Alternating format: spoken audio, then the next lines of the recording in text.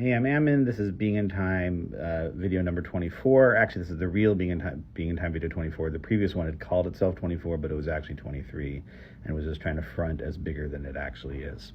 Now, in that one, I had started to get into the second introduction, which I'm calling the methodological introduction. And the methodology stuff will continue in sections 6 and 7, which are the main chunks there. But prior to that, Heidegger is going to return us to the overall thesis of the book, which, if you'll recall, had to do with the question of time. And he said that any answer we give to the question of the meaning of being will in some way have time as its horizon. And we're going to further clarify that now that, as we saw in the previous video, which we called 24 but was really 23, we've been introduced to the main way in which we're going to investigate Dasein in what we're going to call its average everydayness. Dasein as it appears proximally and for the most part, where we are in some sense intimately familiar to ourselves, and where what Heidegger is going to call the question of being is intimately familiar to us as an ontic matter. And that's the main thing we're engaged with, but where our ontology often goes astray, often goes awry, because in some way we've missed some sort of strange phenomenon that's close to us. And it's here that the phenomenon of time is going to emerge, and it's going to be crucial to the way in which the next two sections of the introduction, where we get into the methodology, go.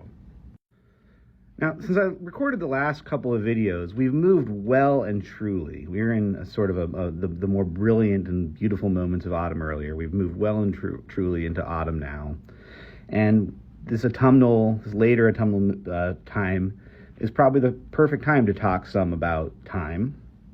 It's also the perfect time to return a little bit to the theme of poetry, which we've perhaps neglected too much. So I want to read a poem by John Donne, an English poet, called The Valediction, Forbidden Morning. As virtuous men pass mildly away and whisper to their souls to go, will some of their sad friends do say the breath goes now, and some say no.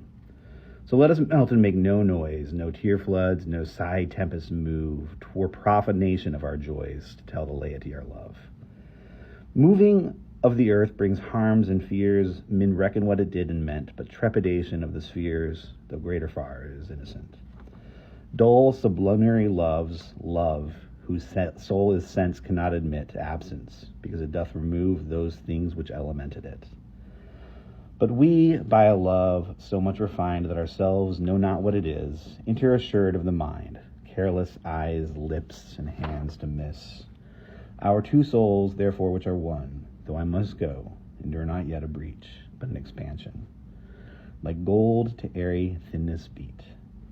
If they be two, they are two so, as stiff twin compasses are two. Thy soul, the fixed foot, makes no show to move, but doth if the other do. And though it in the center sit, yet when the other far doth roam, it leans and hearkens after it, and grows erect as that comes home. Such wilt thou be to me, who must, like the other foot, obliquely run. Thy firmness makes my circle just, and makes me end where I begun. Donne wrote this poem for his wife Anna just prior to his leaving England for continental Europe for an extended period of time. And on the surface, at least, right, the title of the poem is Forbidding Morning. There's some potential other readings going on beneath the surface that I'm not going to worry too much about right now. But let's just look at the surface of the poem together for a little bit. What does it mean to forbid morning? Well, the poem relies on juxtaposing two forms of love, bodily love and love of the soul.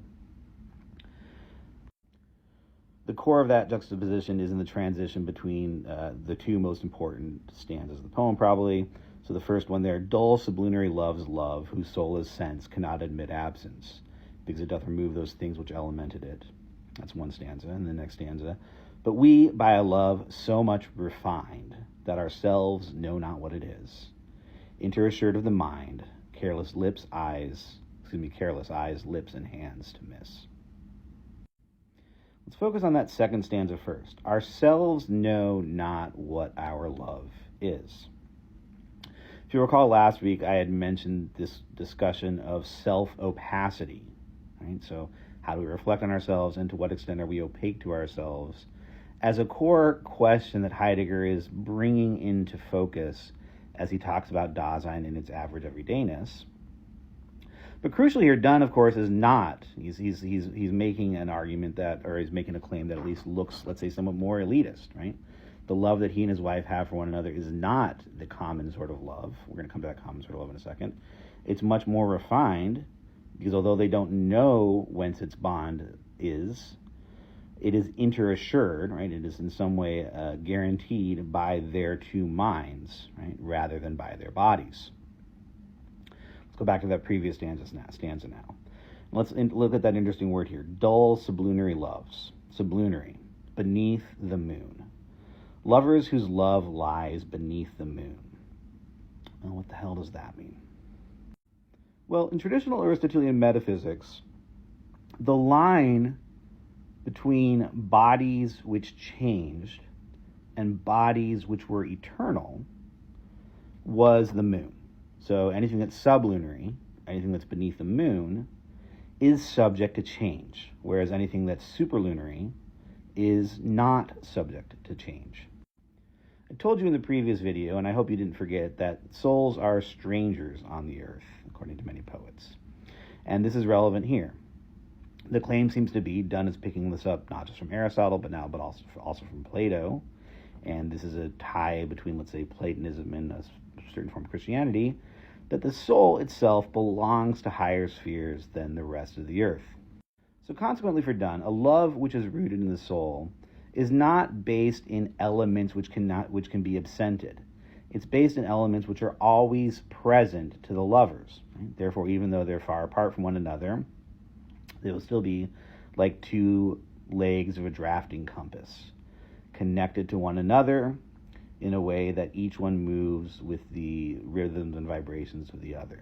A more modern metaphor might use something like quantum entanglement here. Certainly don't know any poets who would do anything with that. That would just be silly. What I want to emphasize here is this, and I realize I've been going on with this poem for a little bit, and this doesn't seem to have much to do with Heidegger, but what I want to emphasize is the following thing, something we're going to come into Heidegger through Nietzsche in the next video. It has to do with the connection between discussions of bodies and discussions of time. There's a certain movement in 19th century philosophy, it's especially rooted in Nietzsche, but you see it also very heavily in Marx, for example, in a sort of a rise of a new kind of materialism. A materialism that identifies a great deal of traditional philosophy with, and here we're going to use Nietzsche's word here, hatred of the body. Now, this is entirely fair, and I think on a surface reading of Dunn's poem, it would be entirely fair to wonder if this is a love which celebrates the soul, but only by or only through a hatred of the body.